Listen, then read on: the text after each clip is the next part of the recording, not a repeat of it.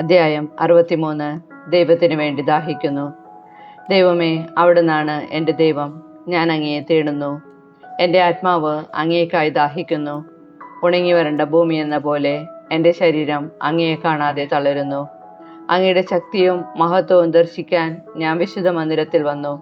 അങ്ങയുടെ കാരുണ്യം ജീവനേക്കാൾ കാമ്യമാണ്. എൻ്റെ അധരങ്ങൾ അങ്ങയെ സ്തുതിക്കും.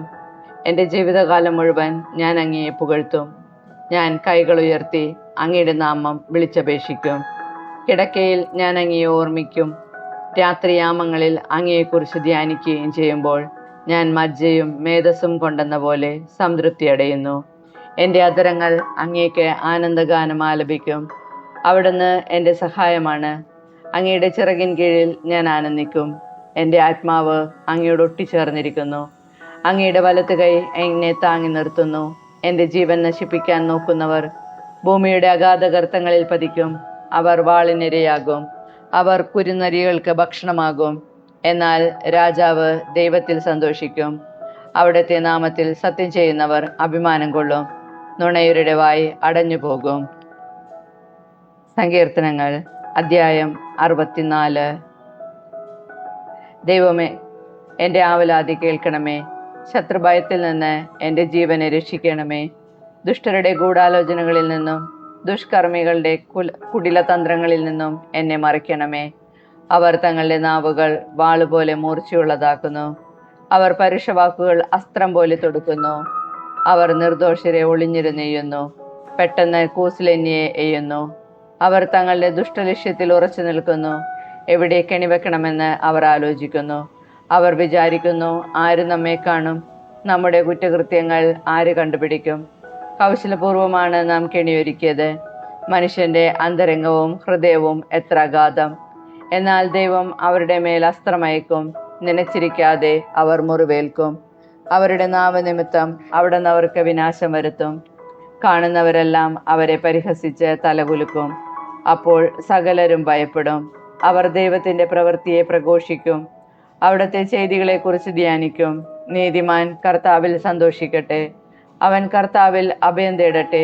പരമാർത്ഥ ഹൃദയർ അഭിമാനം കൊള്ളട്ടെ. അധ്യായം 65. സമൃദ്ധി ചൊരിയുന്ന ദൈവം. ദൈവമേ, സിയോനിൽ വസിക്കുന്ന അങ്ങ് സുസ്ഥിർഹനാണ്. അങ്ങേക്കുള്ള നേർച്ചകൾ ഞങ്ങൾ നിറവേറ്റും. പ്രാർത്ഥന ശ്രവിക്കുന്നവനെ, മർത്യരെല്ലാം പാപഭാരവുമായി അങ്ങയുടെ സന്നിധിയിൽ വരുന്നു. അകൃത്യങ്ങൾക്ക് അടിമപ്പെടുമ്പോൾ അങ്ങ് ഞങ്ങളെ മോചിപ്പിക്കുന്നു. അങ്ങയുടെ അങ്കണത്തിൽ വസിക്കാൻ അങ്ങ് തന്നെ തിരഞ്ഞെടുത്തു കൊണ്ടുവരുന്നവർ ഭാഗ്യവാൻ. ഞങ്ങൾ അങ്ങയുടെ ആലയത്തിലെ വിശുദ്ധ മന്ദിരത്തിലെ നന്മ കൊണ്ട് സംതൃപ്തരാകും. ഞങ്ങളുടെ രക്ഷയായ ദൈവമേ, ഭീതികരമായ പ്രവൃത്തികളാൽ അങ്ങ് ഞങ്ങൾക്ക് മോചനമരുളുന്നു. ഭൂമി മുഴുവൻ്റെയും വിദൂര സമുദ്രങ്ങളുടെയും പ്രത്യാശ അവിടുന്നാണ്. അവിടുന്ന് ശക്തി കൊണ്ട് അരമുറുക്കി പർവ്വതങ്ങളെ ഉറപ്പിക്കുന്നു. അവിടുന്ന് സമുദ്രങ്ങളുടെ മുഴക്കവും തിരമാലകളുടെ അലർച്ചയും ജനതകളുടെ കലഹവും ശമിപ്പിക്കുന്നു. ഭൂമിയുടെ വിദൂരമായ അതിരുകളിൽ വസിക്കുന്നവരും അങ്ങയുടെ അത്ഭുത പ്രവൃത്തികൾ കണ്ട് ഭയപ്പെടുന്നു. ഉദയത്തിൻ്റെയും അസ്തമയത്തിൻ്റെയും ദിക്കുകൾ ആനന്ദം കൊണ്ട് ആർത്തു വിളിക്കാൻ അങ്ങിടിയാക്കുന്നു. അവിടുന്ന് ഭൂമിയെ സന്ദർശിച്ച് അതിനെ നനയ്ക്കുന്നു. അങ്ങ് അതിനെ അത്യധികം ഫലപുഷ്ടമാക്കുന്നു. ദൈവത്തിൻ്റെ നദി നിറഞ്ഞൊഴുകുന്നു. അവിടുന്ന് ഭൂമിയെ ഒരുക്കി അവർക്ക് ധാന്യം നൽകുന്നു. അവിടുന്ന് അതിൻ്റെ ഉഴവുചാലുകളെ സമൃദ്ധമായി നനയ്ക്കുന്നു. കട്ടയുടച്ച് നിരത്തുകയും മഴ വർഷിച്ച് അതിനെ കുതിർക്കുകയും ചെയ്യുന്നു. അവിടുന്ന് അതിൻ്റെ മുളകളെ അനുഗ്രഹിക്കുന്നു.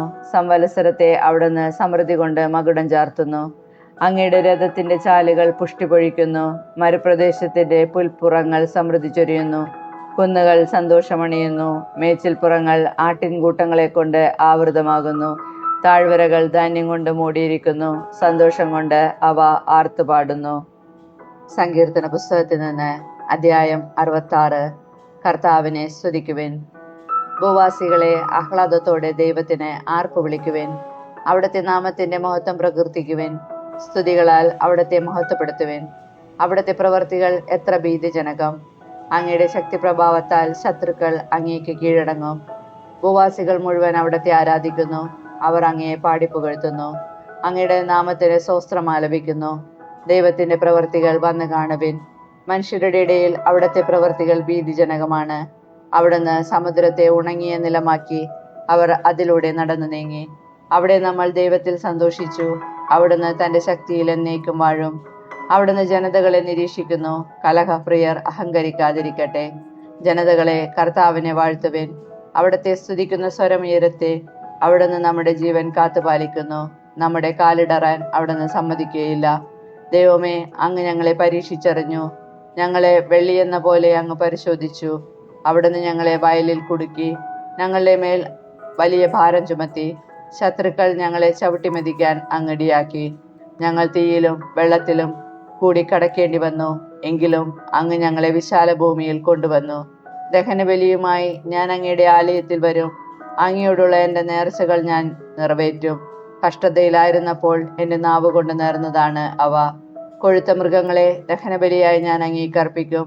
മുട്ടാടുകളുടെ ബലിയുടെ ധൂമമുയരും. കാളകളെയും ആടുകളെയും ഞാൻ കാഴ്ച അർപ്പിക്കും. ദൈവഭക്തരെ, വന്നു കേൾക്കുവിൻ. അവിടുന്ന് എനിക്ക് വേണ്ടി ചെയ്തതെല്ലാം ഞാൻ വിവരിക്കും. ഞാൻ അവിടത്തോട് ഉച്ചത്തിൽ നിലവിളിച്ചപേക്ഷിച്ചു. എൻ്റെ നാവ് കൊണ്ട് ഞാൻ അവിടത്തെ പുകഴ്ത്തി. എൻ്റെ ഹൃദയത്തിൽ ദുഷ്ടത കുടിയിരുന്നെങ്കിൽ കർത്താവ് കേൾക്കുമായിരുന്നില്ല. എന്നാൽ ദൈവം കേട്ടിരിക്കുന്നു. എൻ്റെ പ്രാർത്ഥനയുടെ സ്വരം അവിടുന്ന് ശ്രദ്ധിച്ചിരിക്കുന്നു. ദൈവം വാഴ്ത്തപ്പെടട്ടെ. അവിടുന്ന് എൻ്റെ പ്രാർത്ഥന തള്ളിക്കളഞ്ഞില്ല. അവിടുത്തെ കാരുണ്യം എന്നിൽ നിന്ന് എടുത്തു കളഞ്ഞില്ല.